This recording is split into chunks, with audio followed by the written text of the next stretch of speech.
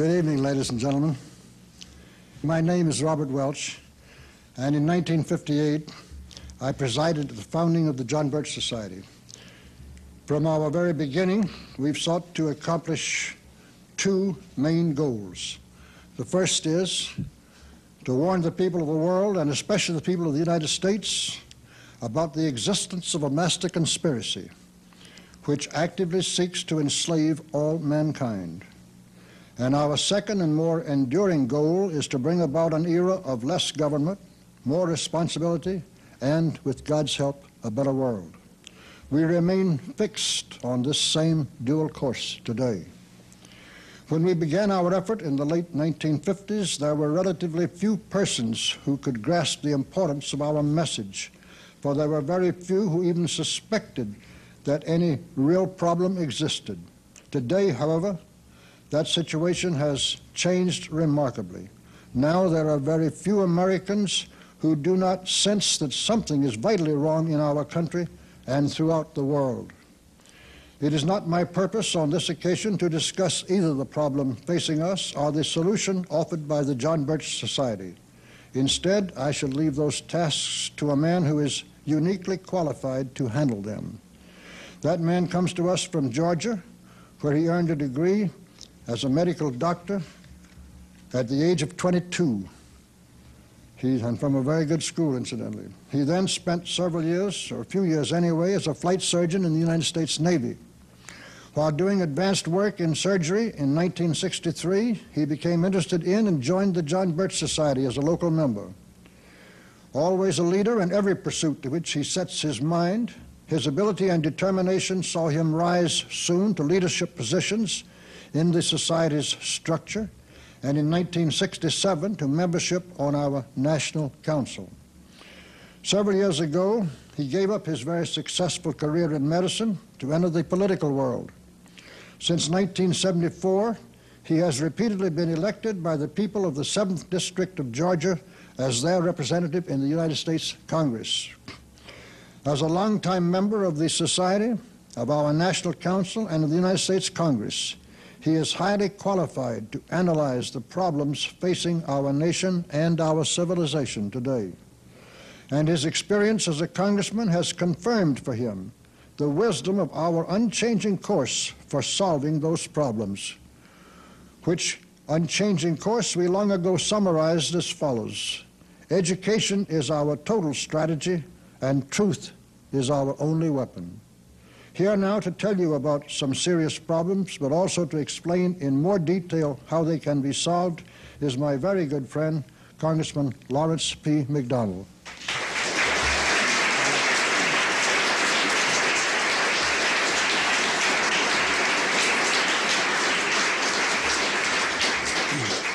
Thank you very much, ladies and gentlemen, and thank you, Mr. Welch.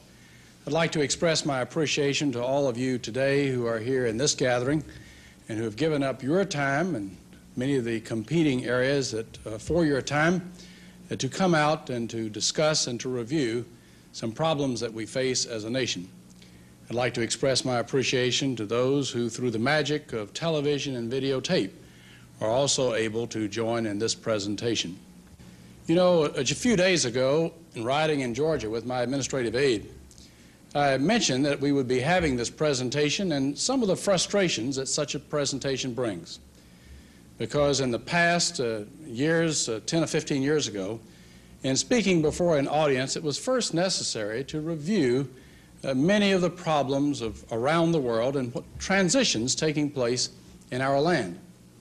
On such an occasion, it would be for the speaker a foregone conclusion that would have to spend perhaps an hour or so in a rather monotonous, steady review.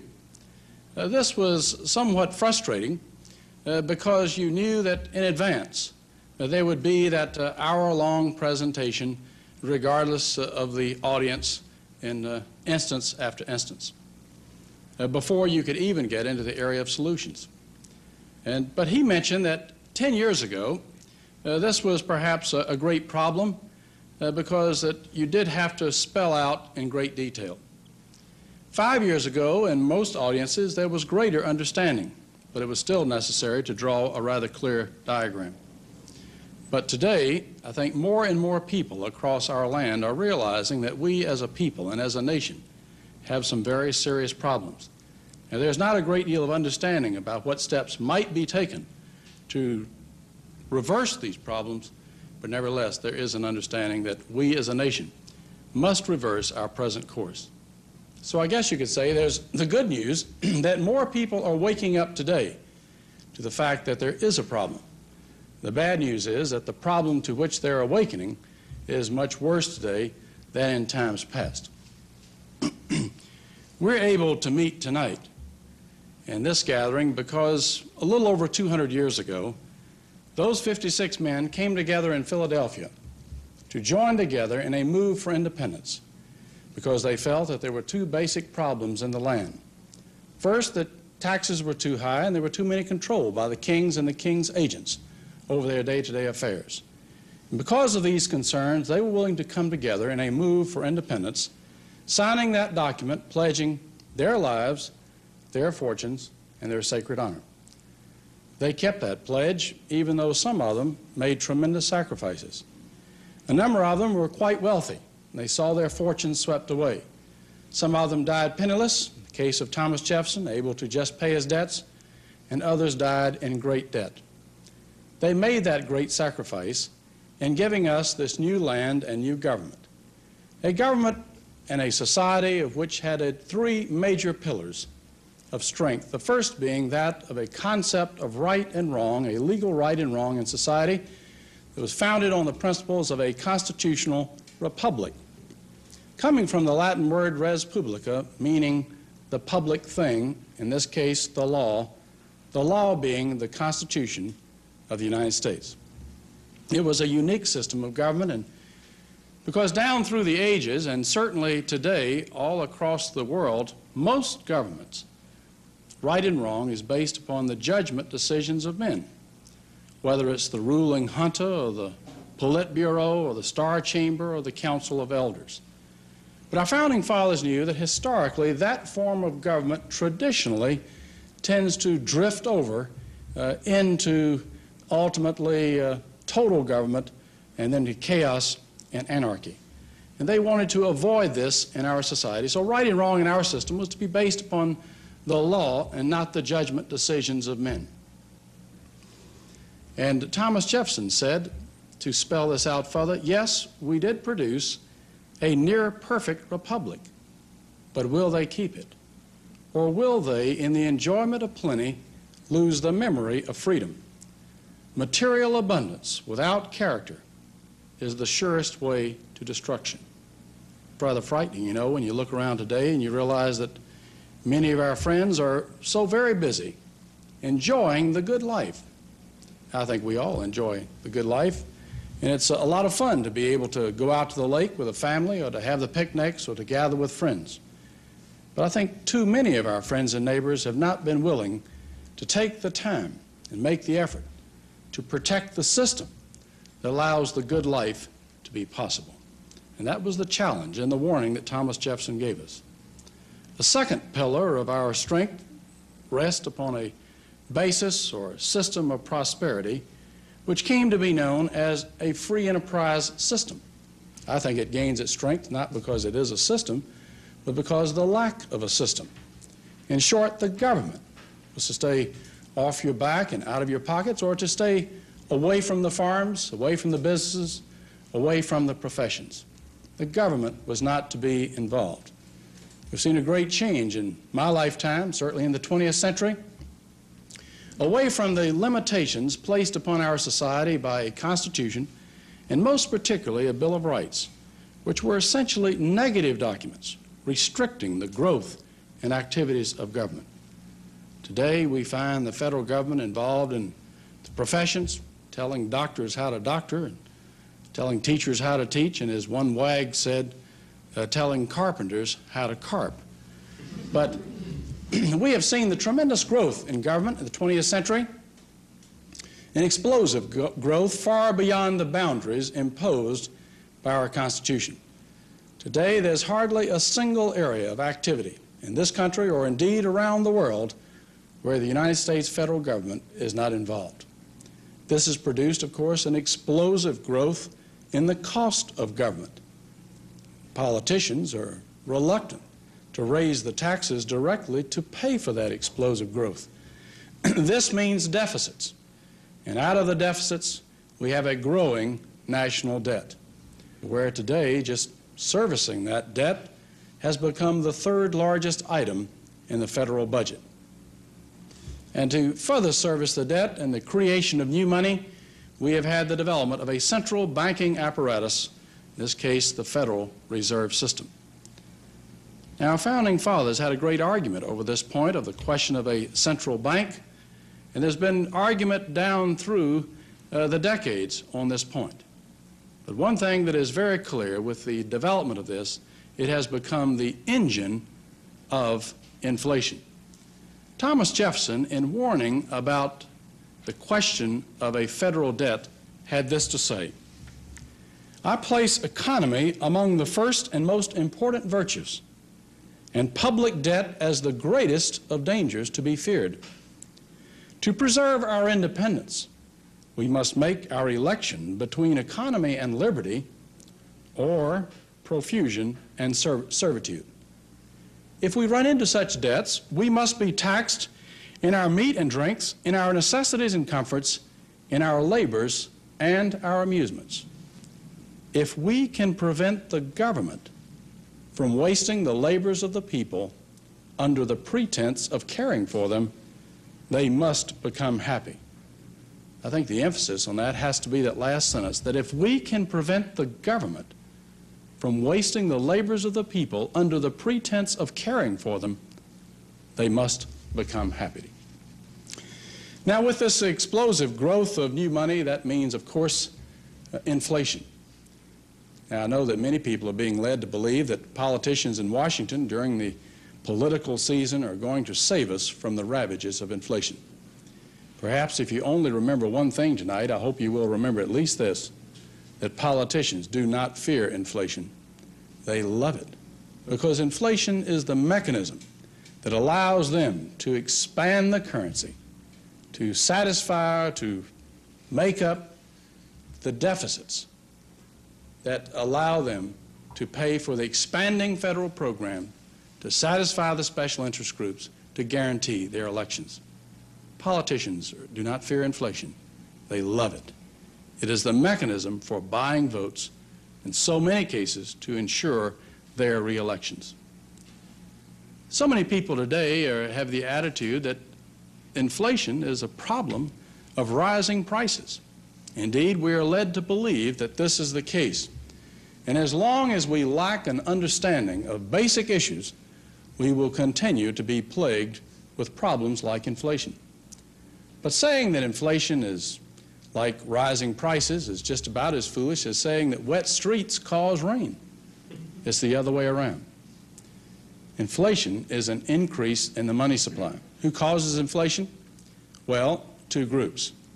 Counterfeiters can cause inflation when they run off pieces of paper in their basement, printing them up, passing them out in society, because by so doing, they steal from society as a whole.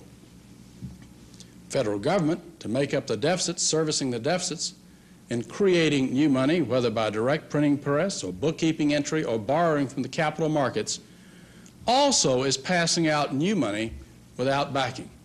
The principle of immorality remains the same.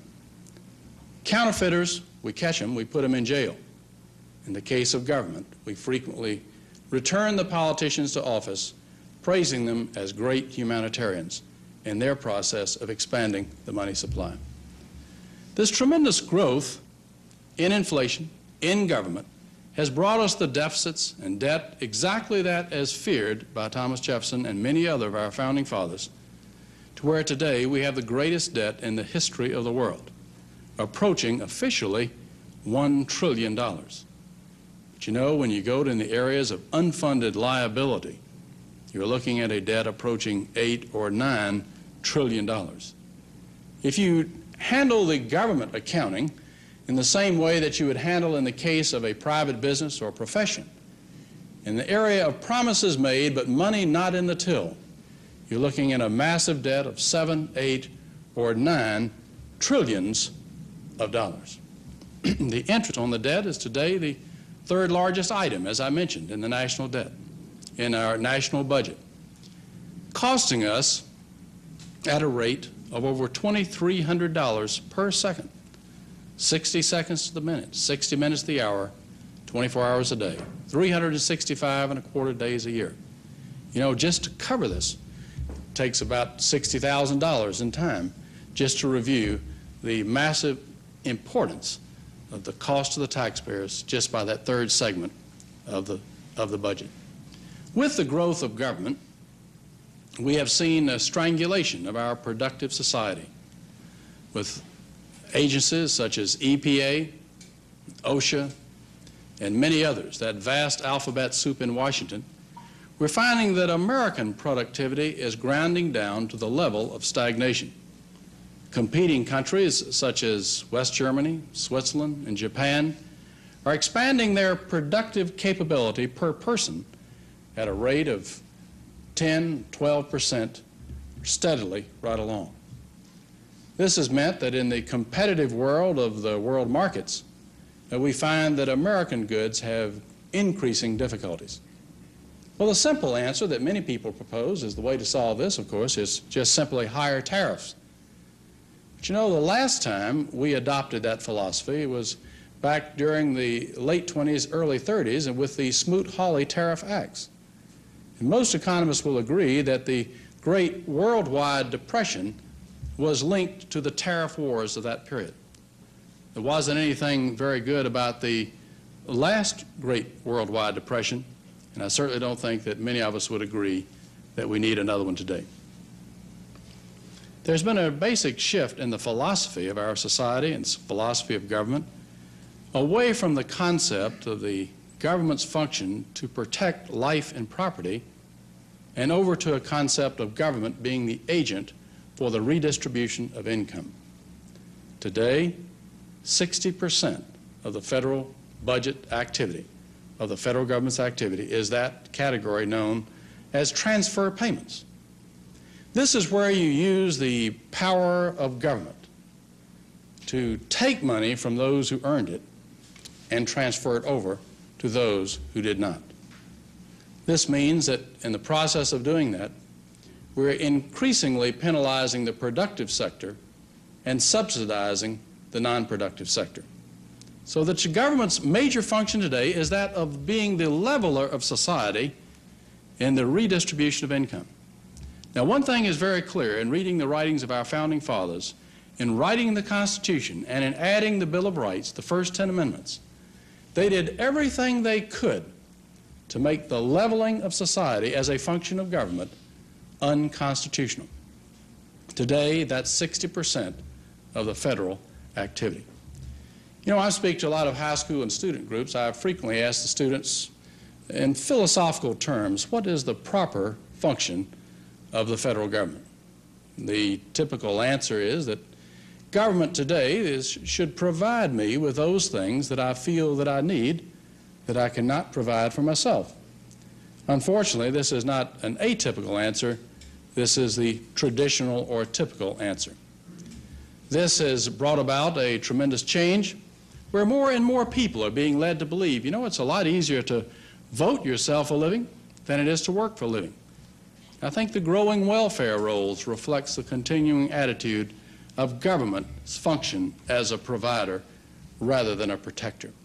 Those functions of government traditionally interpreted as their reason for being in the American system, namely that of protection of life and property, in the area of internal security, that function of the federal government, such as the function against subversives or against terrorists, has been all but totally disbanded.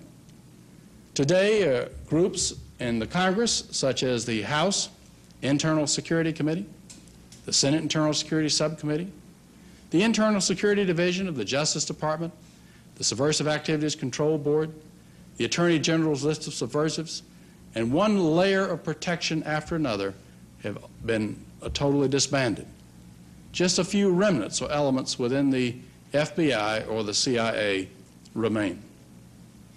We find a change in the emphasis upon our armed services, particularly apparent in recent decades. We can look back to the year of 1955 when 55% of our budget went for defense.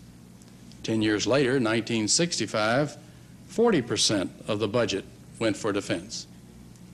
10 years later, 1975, 25% of the budget goes for national defense.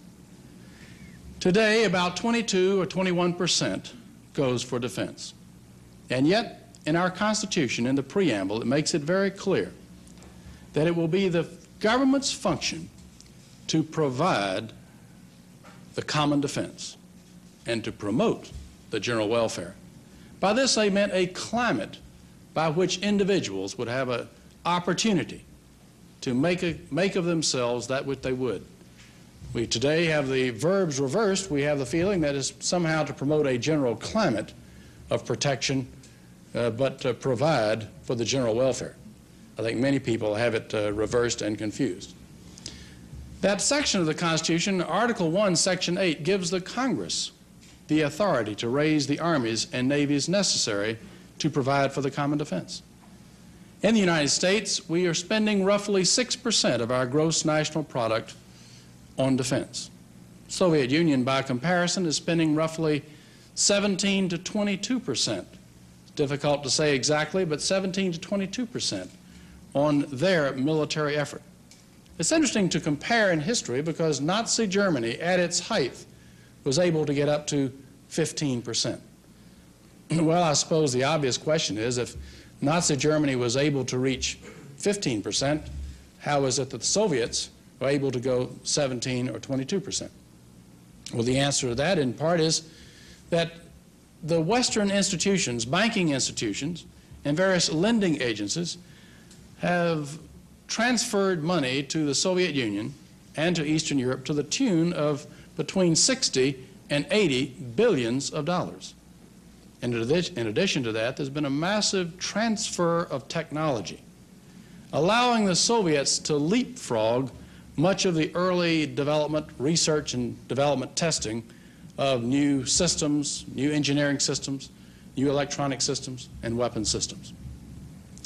But in my lifetime, we've seen a tremendous shift in the government away from the concept of protection to where the major function today is to provide. Our founding fathers gave us a third pillar of strength for our new nation, and that was a concept of morality based upon a biblical basis or concept, hearkening back to the 10 Commandments of the Old Testament and the teachings of Christ in the New. In other words, this was to be the glue or the matrix that was to hold our society together. Now, as a member of Congress, I can tell you that hardly a week goes by that some member doesn't stand up on the House floor and to shout out that you cannot legislate morality. Of course, if you mean that by legislation automatically people will be good, I would agree. But it's really a trap laid for fools if you stop and realize that all law is morality enacted. The only question is, what is the basis of that morality? We were founded on the concept of a biblical basis of morality upon which our laws were to be based. Going back once again to the Old Testament, 10 Commandments, and the lessons in the New Testament. But in my lifetime, we've seen an increasing shift to a new basis of law and morality, that of humanism.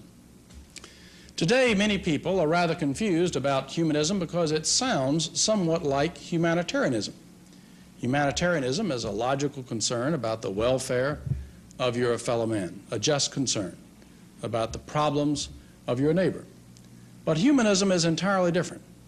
Humanism means kicking God out of the universe and replacing that vacuum created by kicking God out with man and man's technology. And therefore, right and wrong under the humanist is no longer to be based upon any eternal truths or eternal verities, but instead to be based upon whatever seems to benefit man at that time, or man's agency, which is government. This has been the shift in my lifetime. It's very evident, of course, in our textbooks, in our schools, certainly in our entertainment industry, and you would certainly have to say in the laws passed by Congress today.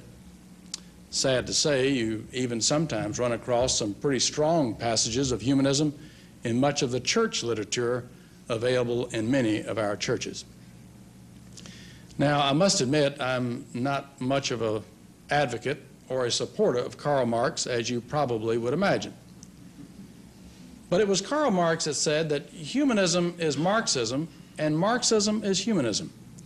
And in that, I would agree. The most malignant form or militant humanism we have seen in the 20th century, that of international communism. But every person here and your friends and neighbors have a very clear responsibility in this changing crisis, the challenge before us, to become actively involved and demonstrate their own personal responsibility. The question is, what is the most efficient and effective way to discharge that responsibility? Lenin passed away in 1924.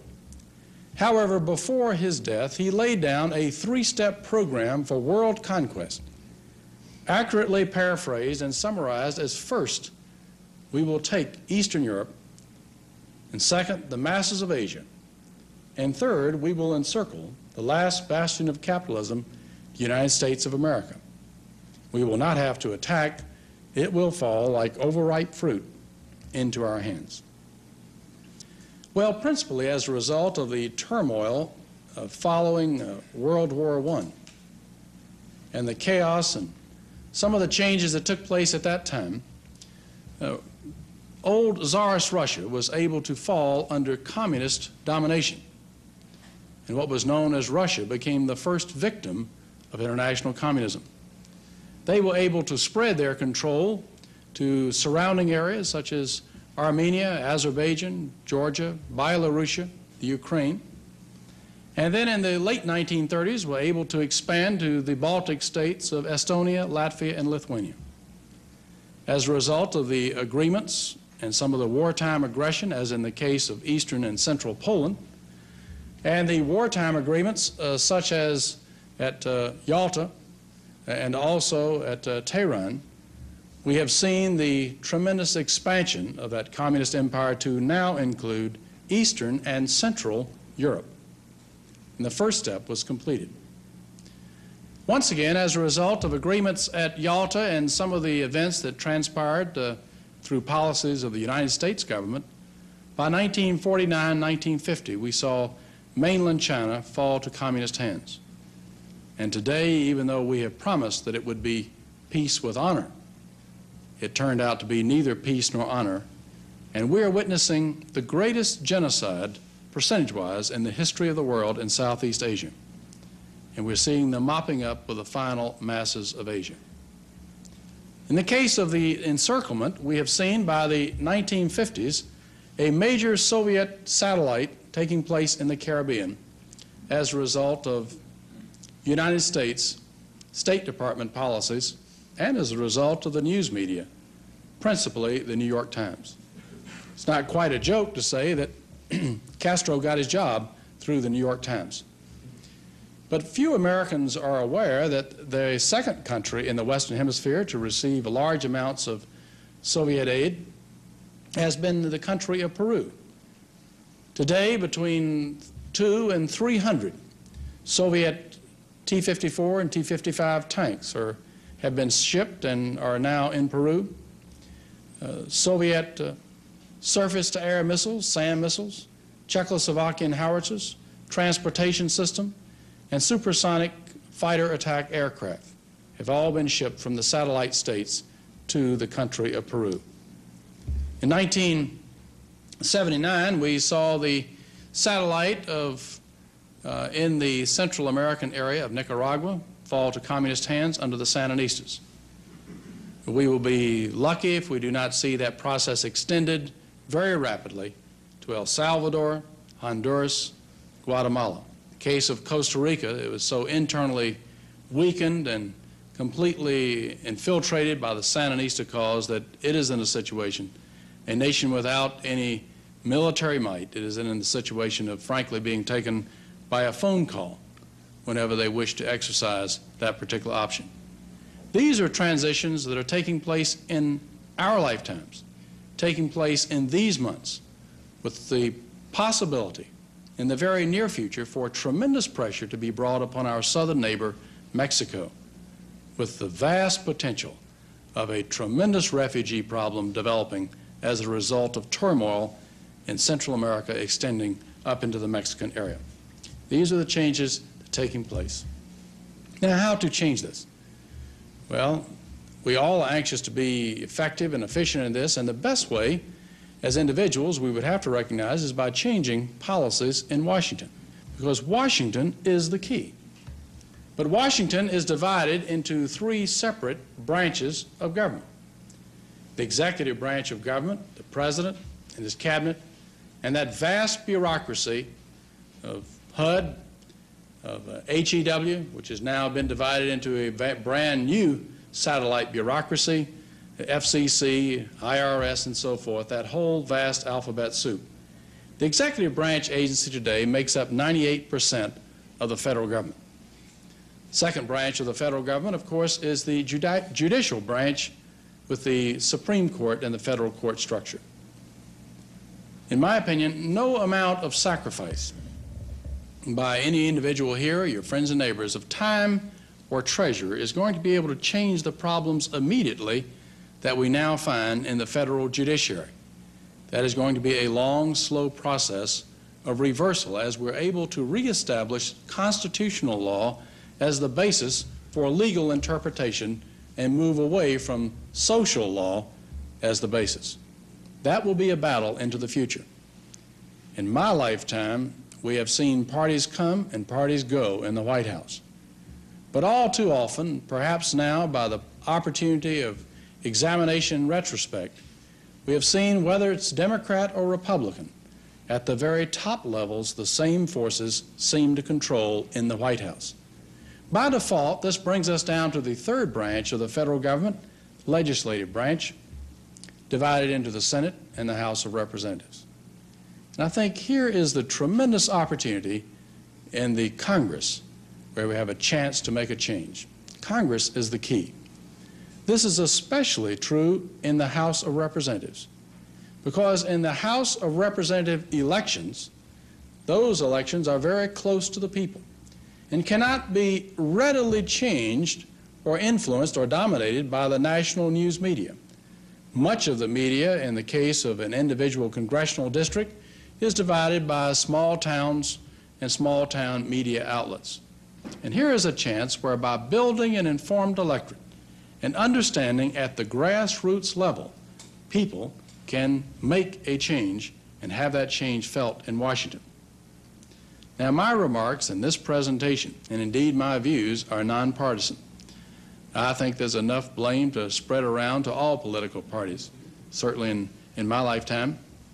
And let me add just a footnote here that the John Birch Society is not a political organization, in that it does not endorse or contribute to any party or candidate. In my various congressional races, I've never received a cent from the John Birch Society or an endorsement. But individual members of the John Birch Society you will find to be the best informed and most active in the communities, working for those candidates who are willing to spend their efforts and their energies to develop a reestablishment of our constitutional republic, a sound economy, and a strong national defense once again. The John Birch Society is non-political, but it is active in building understanding at the grassroots level. By way of background, the John Birch Society was founded in 1958 by Mr. Robert Welch, when he invited some 11 or 12 leading Americans to meet with him in Indianapolis to hear him out on a two-day presentation which has since been printed in book form, known as the Blue Book of the John Birch Society. And in this particular presentation, the first 40 pages or so was first a capsule review of the problems we face. And after reviewing the problems, the remaining 140 pages was involved in an effective, efficient, and honorable solution to those problems, based upon the need to build an informed electorate at the grassroots level. You know, Joseph de Maistre said that you get the kind of government you deserve, and I think that's a truism today. He said it in French almost 200 years ago. but it applies to America and the problems that we face. We lack an informed electorate. And if you're concerned about the problems and representation that we have in Washington, well, all you have to do is talk to your friends and neighbors and see that lack of understanding. And it is totally illogical to expect to have in Washington a knight riding a white horse and wearing shining armor, slaying dragons in your behalf, if your friends and neighbors don't understand and, frankly, don't care. It's in the living rooms that the battle is going to be won or lost. That might seem strange and it might seem unusual to believe, but it has always been that way. You know, we can look back in the Old Testament in the 5th chapter of the prophet Isaiah, 13th verse. Here is the prophet lamenting the fact that the people in his lifetime are being led off into captivity because they lack knowledge. And then turning over into the 4th chapter, the 6th verse of the prophet Hosea. And here's the prophet holding his head, wringing his hands in woe because his people being led off into captivity because they lack knowledge. The John Birch Society was founded to build an informed electorate and to reverse that problem. And it has been the most successful organization of its kind in the world. With today over 3,500 chapters, with tens of thousands of members, and an organization unparalleled in the history of the world. I think we're losing because we have a lack of understanding. With that lack, it is tailor-made for many of our representatives in Washington. As one of my colleagues in the Congress, Steve Sims, said, that we are saddled with a lot of people as in the political world who are political transvestites.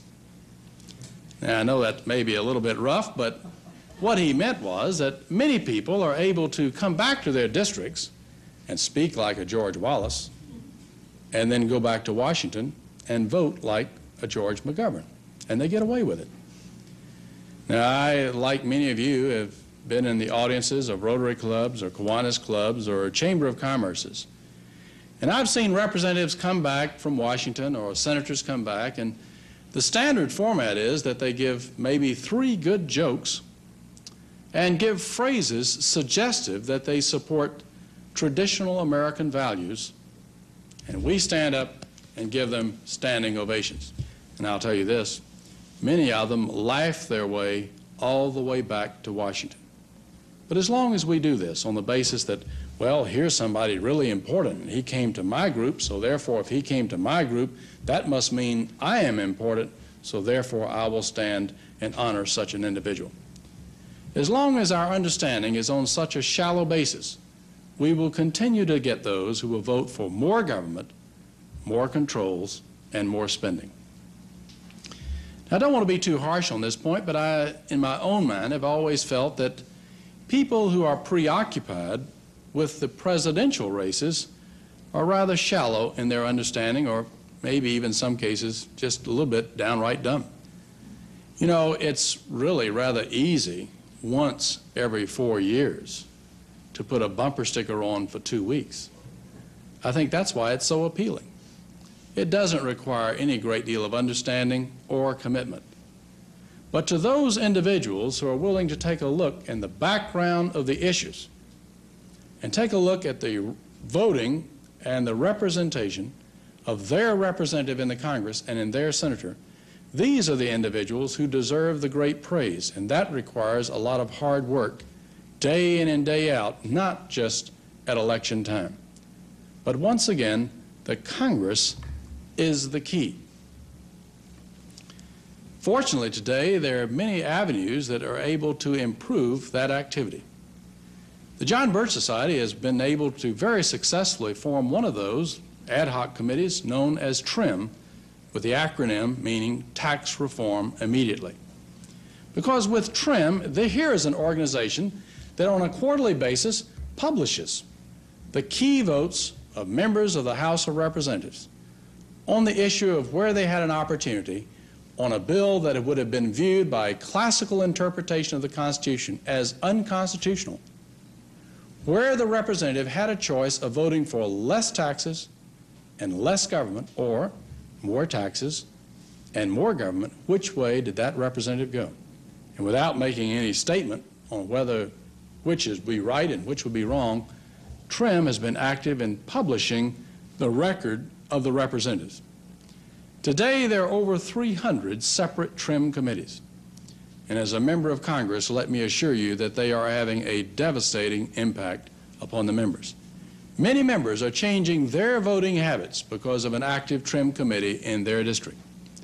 5,000 is a minor nuisance when it's just a 5,000 distribution of TRIM bulletins. But when it gets up to 40,000 TRIM bulletins distributed every quarter to the people in that district, letting them know the voting record of their representative, that usually is the dividing point between a representative that gets elected or reelected and one that's going to have to step aside if he's been one of those who's been falling into the political transvestite category.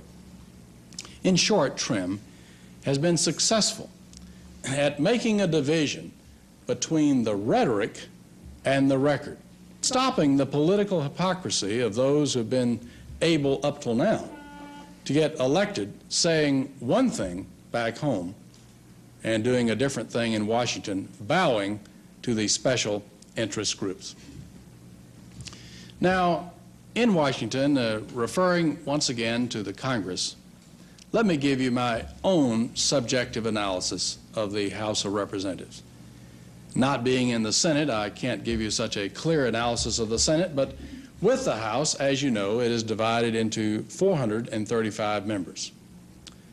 Now, to my own subjective evaluation, I would say that the House is subdivided into 3 separate categories. 2 of the categories are ideological groups. 1 category is non-ideological. Now, they all look and act like politicians.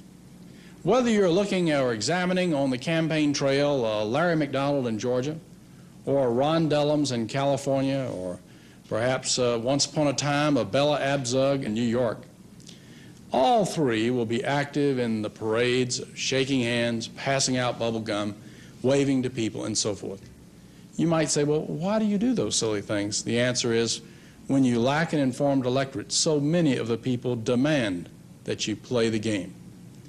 And many of the people will say, well, so-and-so shook my hand, but someone else did not. And so the one that did not must be a stuffed shirt. And so therefore, I'll vote for the person who shook my hand. Now, you may feel that very few people vote on such a shallow basis, but I'm sorry to say that you are sadly mistaken. Many people, since we do not have an adequate level of understanding, many people do indeed base their vote and their support on such a shallow level. So when you're judging individual members of the House of Representatives on the campaign trail, they all look and act the same or quite similar. But when you examine or analyze the voting records of members of the House, it is on this occasion that you find the 3 categories evolve. In my own analysis, 1 category with about 100 to 110 members is philosophically dedicated to the principles or to the objective of building a totalitarian socialist order. Now, that group is subdivided into those who believe the way to get there is by revolution, violence, destroy the system, and upon the ashes, we will erect the perfect totalitarian utopian state. Probably a larger subdivision of this group believes the best way to get there is by gradual change, gradually twisting and perverting the Constitution until someday the people will wake up and realize that they have this system and they're willing to accept it. Whether by revolution or evolution, the objective is the same, a totally controlled society where government will do the planning for the farms, the professions, the schools, and the communities. The central government in Washington will make the individual decisions of the marketplace. Well, there's another group that also is philosophically committed pretty much to the principles of reestablishing limited government as defined in our Constitution. In my own subjective evaluation, I would say that group is perhaps 35 to 40 members strong at the present time. Most members, about 300, fall into a middle category. They are philosophically committed to the principles of, are you ready? Getting reelected. Nothing more, nothing less. And they're guided by a wet finger in the wind. Incidentally, it's not the money involved. Some of you may feel that as a member of Congress, it looks like a magnificent salary, but many members have residences in the Washington area and one in their representative states. But it's not the money involved, in my opinion. I think it's the aura of prestige. Good morning, Mr. Congressman. Let me catch the door for you, Mr. Congressman. This, which is a very heady mixture, a very intoxicating force. And if that sounds strange, the illusion of power, or the concentration of power, has been perhaps one of the most intoxicating forces down through history, certainly in the history of mankind. For the short term, with the building of an informed electorate, it would be possible to re-elect or to elect those who stand firm for sound principles of economics, for sound principles of government, and to rebuild the principles that made this country great, and to stop this nation's retreat from our greatness. In time, with the expansion of an informed electorate through an organized effort, I would hope that we would be able to have an overwhelming majority, both in the House and Senate, individuals fully committed to the principles of constitutional government, a sound economy, and a strong security. Now, it's been my pleasure and honor to serve in the advisory boards of a number of different national organizations. In my capacity in the advisory board of the various organizations, and as a member of the National Council of the John Birch Society, I've had an opportunity to compare these organizations, which have a similar objective, but have a different route in fulfilling that objective. The various organizations that I mentioned are essentially structured as an upside-down pyramid, with the members of the organizations, whether it's the American Conservative Union, Conservative Caucus, American Security Council, or others, the member is down at the bottom at the apex, and the national office, usually in Washington, is up at the top across the base. Now, when all is said and done, the basic function of the member at the bottom is to receive mail requesting funds to be sent up to the home office where a particular project is to take place. This fundraising function is usually handled by one of the major mail order or mail out type firms located there in Washington.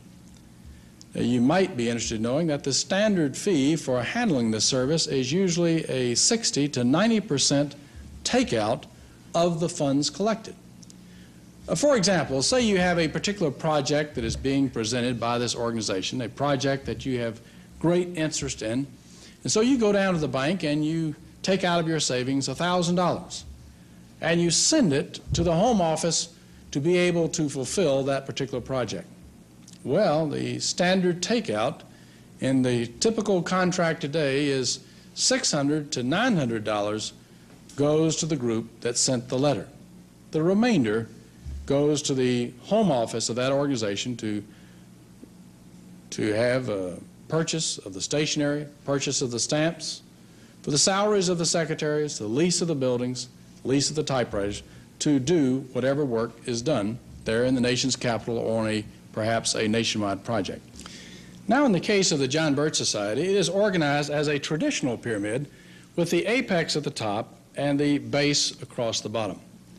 The apex referring to the headquarters of the John Birch Society, the national leadership in Belmont, Massachusetts, and the base at the bottom, the individual members and chapters of the John Birch Society, the chapters numbering over 3,500, and the tens of thousands of members being coordinated by the paid field staff now numbering over 80. And as an advisor to the various national organizations, let me say that these organizations would love to have that type of coordinated approach at the grassroots level, but they simply do not have the regular monthly bulletin, the individual chapters meeting on a twice-monthly basis, and the field staff to coordinate the activities. But there's another difference. The society raises its own funds, so there is not the 60 to 90% takeout fee that you find so apparent in the other national organizations that in many instances have similar concerns to those of the John Birch Society. But the Society is able to multiply its efforts because it is at the grassroots level that individual members buy the stamps, buy the stationery, use their own pen or pencil or their own typewriter, use their own shoe leather to get petitions signed, or be able to have trim bulletins distributed, or to have films or film strips shown or audiences gained for speakers in their communities, or for such programs as the promotion of the monthly magazine of the Society, American Opinion, or the weekly publication, Review of the News. These are all of some of the many different programs of the John Birch Society, so active at the grassroots level in building an informed electorate. Now, back a number of years ago, when I first joined the Society, I assumed at that time that understanding the political and economic systems that made this country great would be a very difficult task. But understanding the various political forces making up current events, well, that would be pretty easy to understand and review, because after all, you have the fellows wearing the white hats and those wearing the dark hats, and that's how you tell the difference. But after having the opportunity through the educational program of the Society of being able to do my own reading and seeing the films and film strips and other programs, I have come to see that the various political systems and economic systems that bring about prosperity in a tranquil society, those concepts are relatively easy to grasp. Understanding contemporary affairs, however, is very difficult. But as a member of Congress, I have seen the massive, powerful groups in Washington at work on a daily basis. And I've seen national groups in their writings and in activities and in their memberships and members, such as the Council on Foreign Relations and the Trilateral Commission and others, which are working to transfer our national sovereignty into some type of regional government on the road to a global, one-world governmental structure. And as a member of Congress, those actions are very evident in our national trends. Now, you have a very clear responsibility to stand up to reestablish those principles that gave us our greatness. And this is a responsibility that you cannot transfer to your neighbor or to someone else in your family. We can work to try to bring your neighbor and members of your family into better areas of understanding to get them to join with us. But you have an opportunity in the action and educational program of the John Birch Society to take an effective, honorable, and efficient stand to reestablish those principles that made this country great. In the question of whether or not to join such an organization, you have three separate options. The first option is, yes, to go ahead and join the Society and get active. Another option is to postpone the decision and to put it off and to study it in the days or weeks ahead. Or there's a third option, of course, is simply not to be involved and not to be active. But in the process of building an informed electorate, an organized approach is going to be the most effective way for those who are truly concerned and willing to accept the challenge that our civilization and our legacy demands. To those who put off a decision, that usually becomes a decision within itself. But to those of you who feel that perhaps a postponement is the answer, let me ask you, what will you gain tomorrow, or next week, or next month? Will your position with regard to inflation or the loss of national sovereignty be improved? What will it take? Will you have to wait until you lose a son or a daughter in a no-win war before you decide to become involved? Will you have to wait until your son or daughter comes back from college thoroughly committed to Marxist or humanistic principles? Will you have to wait until your savings or your business is destroyed by governmental decree or by inflation? What will it take for you to be involved? For those who feel that they perhaps can do more by not joining the John Birch Society, be honest with yourself. What have you done up until now? If you took out a blank sheet of paper and were to write down the things that you have done on an active, positive basis to bring about less government, a reestablishment of limited government within our constitutional framework, an active program to reestablish sound economic principles, well, I think most of us would have a blank sheet of paper. Well, I know we paid our taxes and perhaps we avoided traffic tickets, but that's not what we're referring to. We're referring to taking those steps in developing an understanding that will have an impact in our society and have an impact in the legislative halls in Washington. This is the challenge that each and every American faces today. Over 200 years ago, our founding fathers responded to that challenge, pledging their lives, their fortunes, and their sacred honor. They kept that pledge for their time and for future generations. We at this time have an opportunity and indeed an obligation to renew that same pledge for our time and for future generations.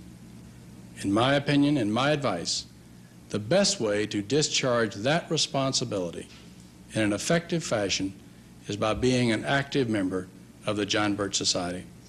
Thank you.